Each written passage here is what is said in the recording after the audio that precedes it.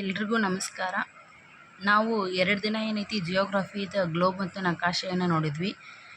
ನಕಾಶೆ ಬಗ್ಗೆ ನಾವು ಅರ್ಥ ಮಾಡ್ಕೊಂಡ್ವಿ. ಇವತ್ತು ಸೈಕಾಲಜಿ ಕ್ಲಾಸ್ ತೊಗೊತೀನಿ ರೀ. ಒಂದನೇದು ಅದ್ರ ಬಗ್ಗೆ ನಾವು ಮನೋವಿಜ್ಞಾನದ ಪರಿಚಯವನ್ನು ನಾವು ನೋಡೋಣಂತ್ರಿ. ಈ ಮನೋವಿಜ್ಞಾನ ಇದನ್ನು ಇಂಗ್ಲೀಷ್ದೊಳಗೇನಂದ್ರೆ ಸೈಕಾಲಜಿ ಅಂತಂದೇಳಿ ಕರೀತಾರೆ ರೀ. ಎಲ್ಲರಿಗೂ ಗೊತ್ತಾ ಇರುತ್ತಾ? ಏನಂದ್ರೆ ಸೈಕಾಲಜಿ ಎಂಬ ಪದ ಇದು ಗ್ರೀಕ್ ಭಾಷೆಯ ಸೈಕೆ ಮತ್ತು ಲೋಗೋಸ್ ಎಂಬ 2 ಶಬ್ದಗಳಿಂದ ಬಂದೈತಿ ಅಂತ ನಾವು ಹೇಳ್ಬೋದು. ಹಂಗಾಗಿ ನಾವು ಸೈಕೆ ಅಂದ್ರೆ ಏನಪ್ಪ ಅಂದ್ರೆ ಆತ್ಮ ಅಂತಂದು ಹೇಳ್ಬೋದು. ಲೋಗೋಸ್ ಅಂದ್ರೆ ಅಧ್ಯಯನ ಅಂತಂದು ಹೇಳಿ ಕರಿತೇವೆ. ಸೊ ಒಟ್ಟಾರೆಯಾಗಿ ಏನಂತ ಮನೋವಿಜ್ಞಾನ ಏನಂದ್ರೆ ಆತ್ಮದ ಅಧ್ಯಯನ ಅಂತ ನಾವು ಕೂಡ ಹೇಳ್ಬೋದು. ನೋಡ್ರಿ, ಈ ತತ್ವಶಾಸ್ತ್ರ ಏನೈತಲ್ಲ ಇದು ಒಂದು ಮನೋವಿಜ್ಞಾನ ಏನೈತಲ್ಲ ತತ್ವಶಾಸ್ತ್ರದ ಒಂದು ಭಾಗವಾಗೈತಿ ಅಂತ ಭಾಗವಾಗಿ ನಾವು ಅಧ್ಯಯನ ಮಾಡ್ತೀವಿ ರೀ. ಅಂದ್ರೆ ನಮಗೆ ಜ್ಞಾನದ ಬಗೆಗೆ ಇರುವಂಥ ನಮಗೆ ಅನುರಾಗವನ್ನು ನಾವು ತತ್ವಶಾಸ್ತ್ರ ಅಂತಂದು ಹೇಳಿ ಕರಿತೀವಿ ರೀ.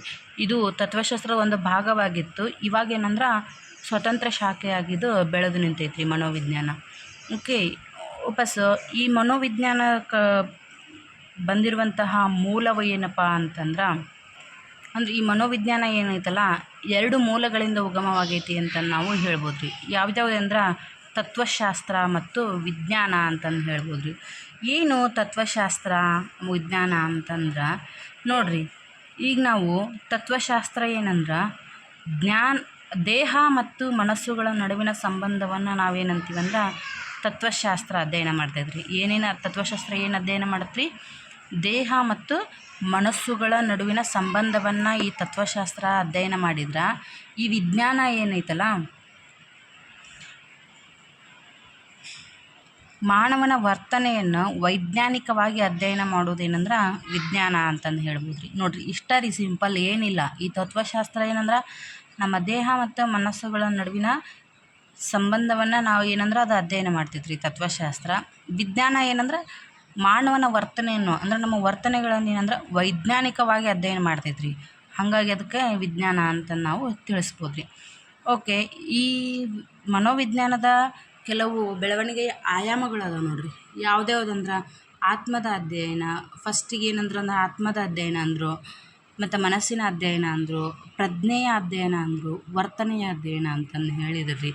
ಏನಿದು ಬೆಳವಣಿಗೆಯ ಆಯಾಮಗಳು ಹೆಂಗೆ ಅಂದ್ರೆ ನಾವು ಫಸ್ಟ್ ಮನೋವಿಜ್ಞಾನ ಏನೈತಲ್ಲ ಯಾವ ರೀತಿ ಬೆಳೆದು ಬಂತು ಅನ್ನೋದ್ರ ಬಗ್ಗೆ ನಾವು ಇದು ತಿಳಿಸ್ಕೊಡ್ತೈತೆ ನೋಡ್ರಿ.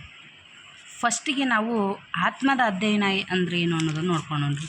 ಏನಿದೆ ಆತ್ಮದ ಅಧ್ಯಯನ ಅಂತಂದ್ರೆ ಏನಂದ್ರೆ ಇದ್ರ ಡೆಮೋಕ್ರಟಿಸ್ ಎಂಬ ಒಬ್ಬನಿರ್ತಾನೆ. ಅವ ಏನಂತಾನಂದ್ರೆ ಪ್ರತಿಯೊಬ್ಬ ಮನುಷ್ಯನು ಆತ್ಮದ ಕಣಗಳಿಂದ ಮಾಡಲ್ಪಟ್ಟಿದೆ ಅಂತಂದು ಹೇಳ್ತಾನೆ ರೀ.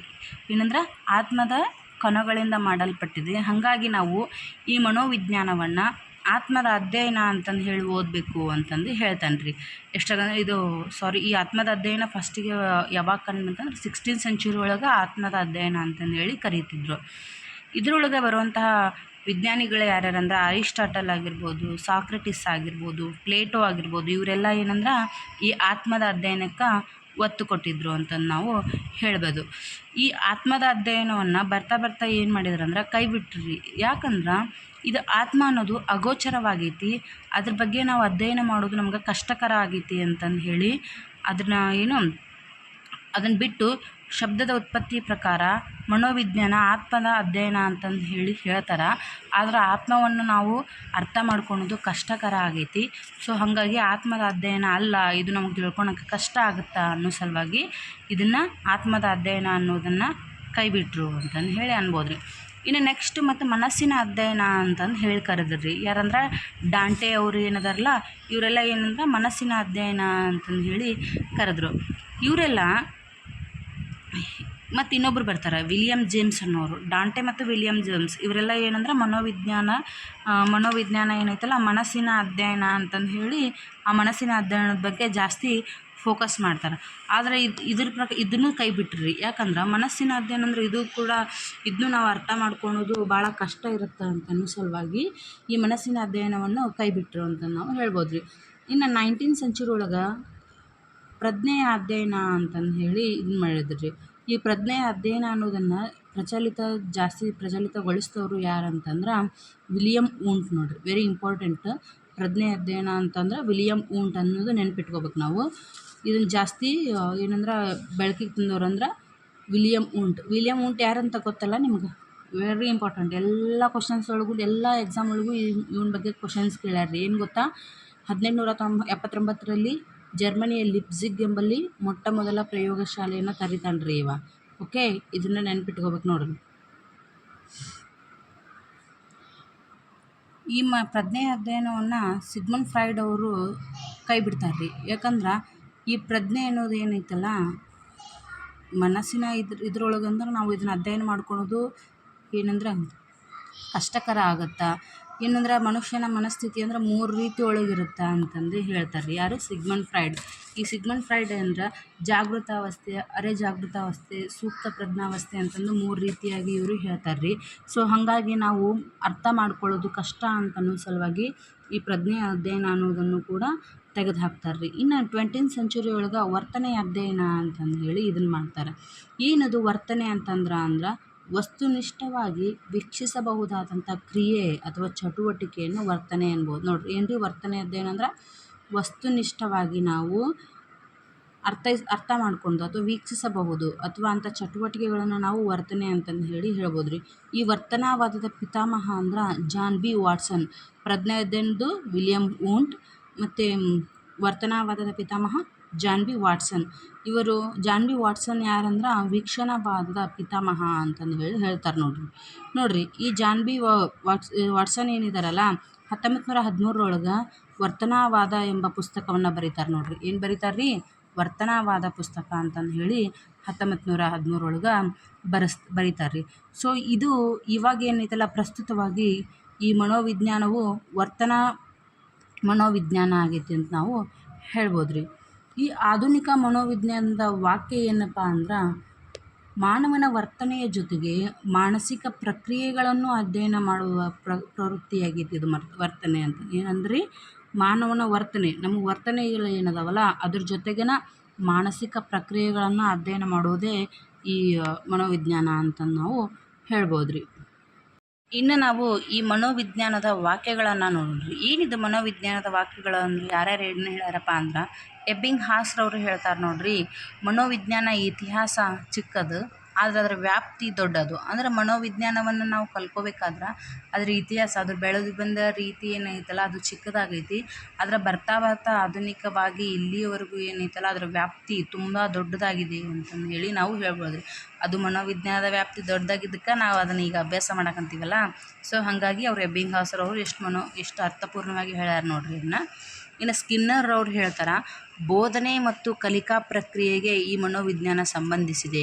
ಹೇಗೆ ಸಂಬಂಧಿಸಿದೆ ಅಂದ್ರೆ ಈಗ ಟೀಚರ್ ಆದವರು ವಿದ್ಯಾರ್ಥಿಗಳನ್ನು ಮನಸ್ಸುಗಳನ್ನು ಅರ್ಥ ಮಾಡಿಕೊಂಡು ವಿದ್ಯಾರ್ಥಿಗಳಿಗೆ ಯಾವ ರೀತಿ ನಾವು ಕಲಿಕಾ ಪ್ರಕ್ರಿಯೆಯನ್ನು ಮಾಡಬೇಕು, ಯಾವ ರೀತಿಯಾಗಿ ನಾವು ವಿದ್ಯಾರ್ಥಿಗಳಿಗೆ ನಾವು ಅಭ್ಯಾಸವನ್ನು ಮಾಡಿಸ್ಬೇಕು, ಅವ್ರನ್ನ ಹೆಂಗೆ ನಾವು ಈ ವಿಷಯದೊಳಗೆ ತೊಡಗಿಸ್ಕೊಳ್ಬೇಕು, ನಾವು ಹೆಂಗೆ ಅವ್ರಿಗೆ ನಾವು ತಿಳಿಯೋ ರೀತಿಯಾಗಿ ಅವ್ರನ್ನ ಮನ ಪರಿವರ್ತನೆ ಮಾಡಬೇಕು ಅಂತಂದು ಹೇಳಿ ಶಿಕ್ಷಕರು ಏನದಾರಲ್ಲ ಅದನ್ನ ಕಲ್ಕೊತಾರ.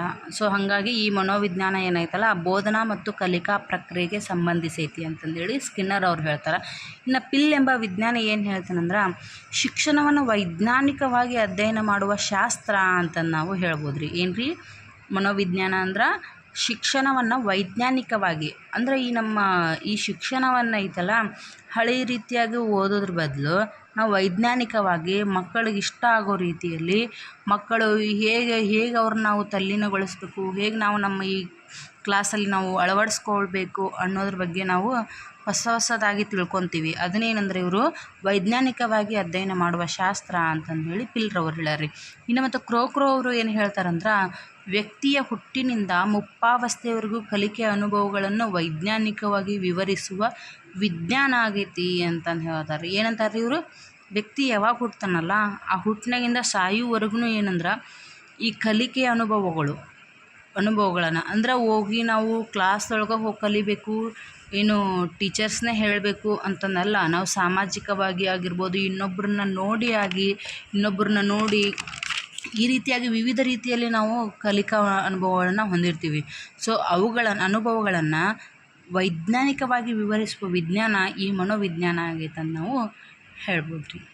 Okay friends, thank you. ನಾಳೆ ದಿನ ಏನೈತಲ್ಲ ಈ ಮನೋವಿಜ್ಞಾನದ ಮೈಲುಗಲ್ಲುಗಳ ಬಗ್ಗೆ ನಾವು ನೋಡ್ಕೊಂಡ್ರಿ. Okay, thank you friends. ನಿಮ್ಮ ದಿನ ಶುಭವಾಗಿರಲಿ. ಎಕ್ಸಾಮು ಇನ್ನೊಂದು ತಿಂಗಳೊಳಗನ ಬರ್ತಿರ್ಬೋದು. ಕಾಲ್ ಫಾರ್ ಮಾಡ್ತಾರೆ ಡೇಟ್ ಎಲ್ಲ ಅಪ್ಲಿಕೇಶನ್ದು. ಸೊ ಸರಿಯಾಗಿ ಓದ್ರಿ. Okay, thank you friends.